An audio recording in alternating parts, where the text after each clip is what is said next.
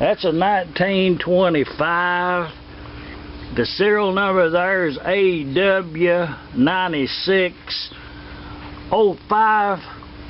That makes it about a 1925. It's a 1.5 horsepower.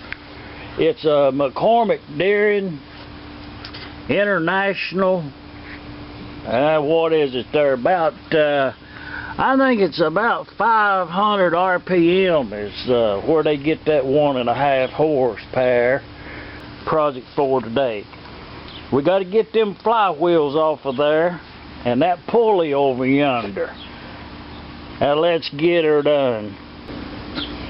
And we'll see how tight that pulley is first.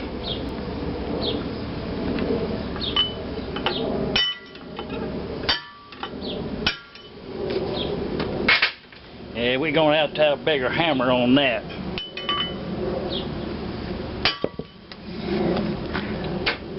Y'all see that pulley jump off there? Now, let's just look at it. See, that pulley wasn't up on there, but about 1 inch is all that was on there. It looks to me like it's not a, well, it don't have a keyway in it, so it's actually not an engine pulley. Well, we'll throw that aside. We got the pulley off of there. No harm to the crankshaft. Now this engine right here, it won't turn no more than that right there. The piston is stuck up in the cylinder yonder. We got to get all of that out, but the only thing we're going to do now is to get them flywheels off and get the crankshaft out. That's the project for today. Let's just see how tight it is.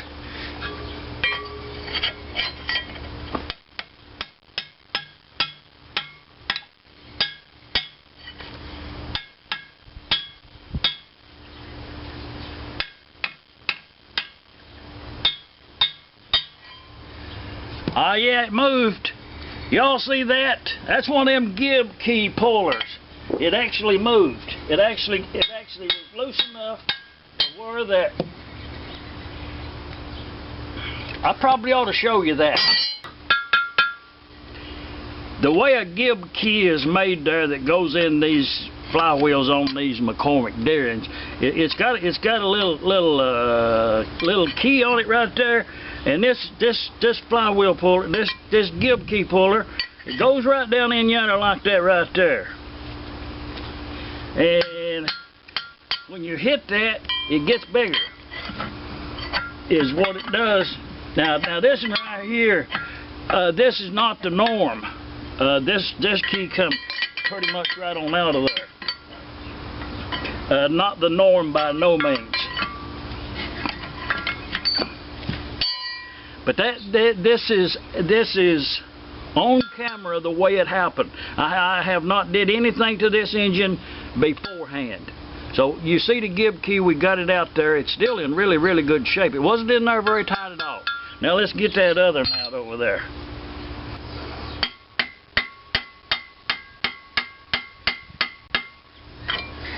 This is definitely not the norm. Usually, removing a gib key is one of the hardest things you can do to an engine.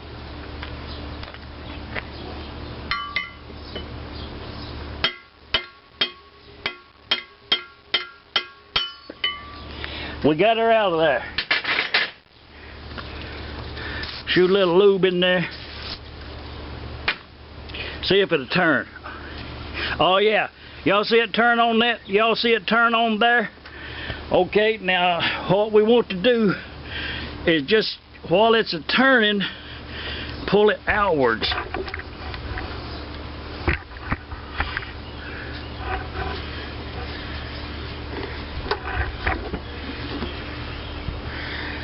Actually, I'm gonna get the emery and smooth that up.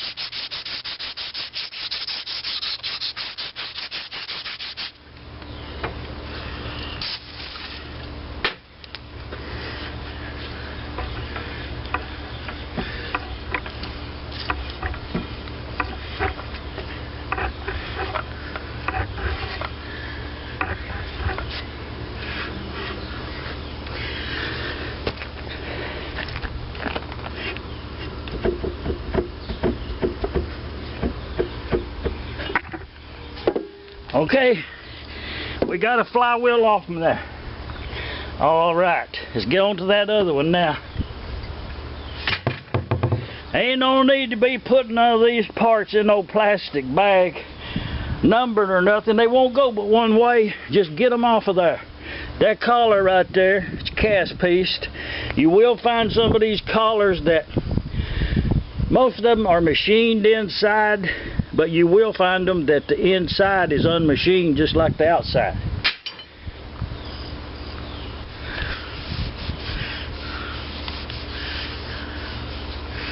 We got that off of yonder.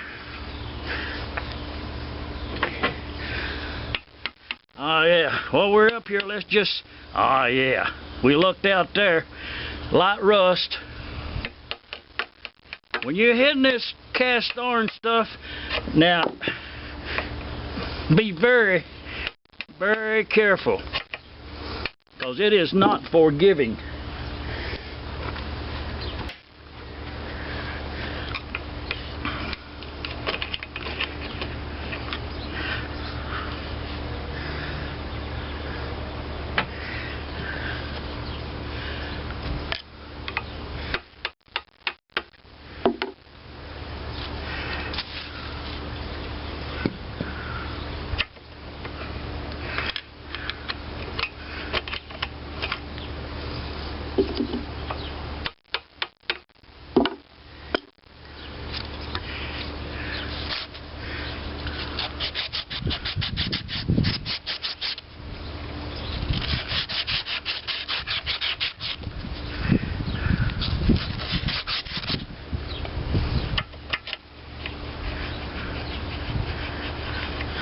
Okay, we got that off. We looked out too. There's that little prowl thing. It fits in there for start and run. Good spring. It's not rusted up. A good usable part. This is the this part right here is the goes like that. This is the part that trips the EK magneto. This was an EK engine. Let's get on that other side now. Let's see if this one here's stuck. Oh no, it's loose. All right. I see some pretty good rust on this shaft over here, so we'll knock that off of there. Not too much. Okay. Lube her down.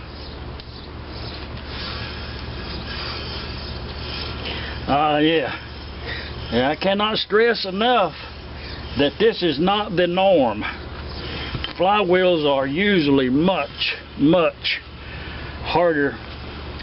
And I'll show you something.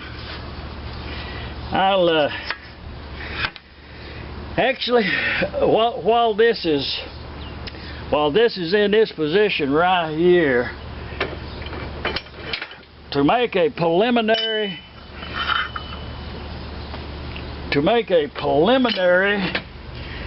check to see how your flywheels are, is you can put a straight edge, just laying that on that hopper right there will maintain that exact position.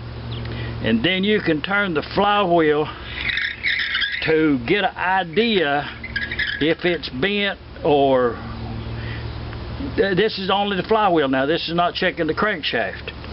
But you can check your flywheel by I'm holding pressure here up against that bushing and turning this right here, and I'm observing the distance between the end of this and the flywheel to see that that stays the same. And it actually right in here somewhere is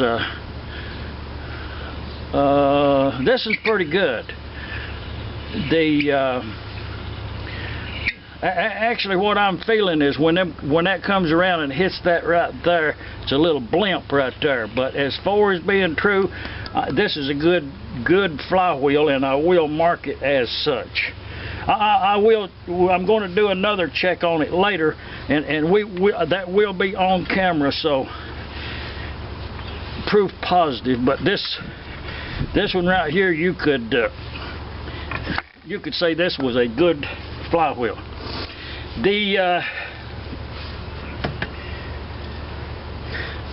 Yeah, this is definitely not the norm. That's really nice right there. The collar, now this is all of this engine that I got. All of the parts that are missing was missing when I got the engine. The collar, it's not wore very much. Usually this inner one right here will wear really thin when they wear out. Even the back one right here, this big one right here, where the shoe rubs against it,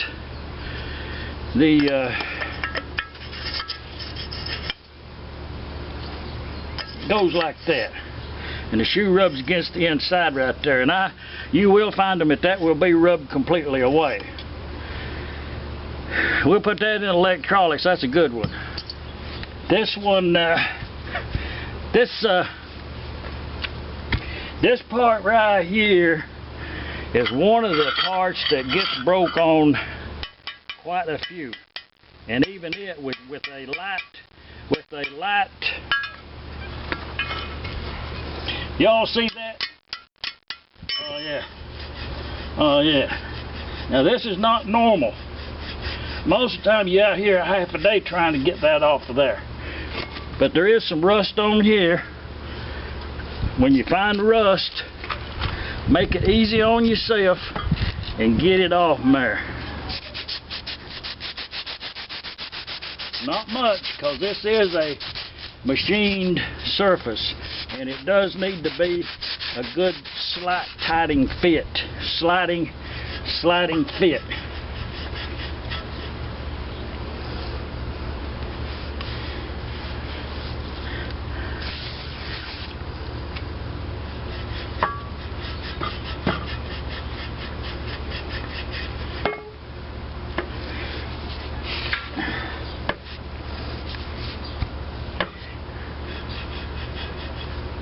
Usually on the bottom, these shafts, when these engines was setting up in the barn, the bottom of the shaft will rust really bad because that's where the moisture accumulated.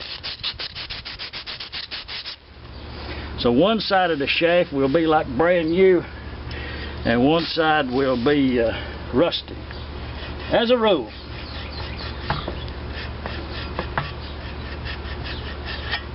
Oh yeah, we got that off of there. No cracks. Well, that's a nice one right there. I'm glad to get that part.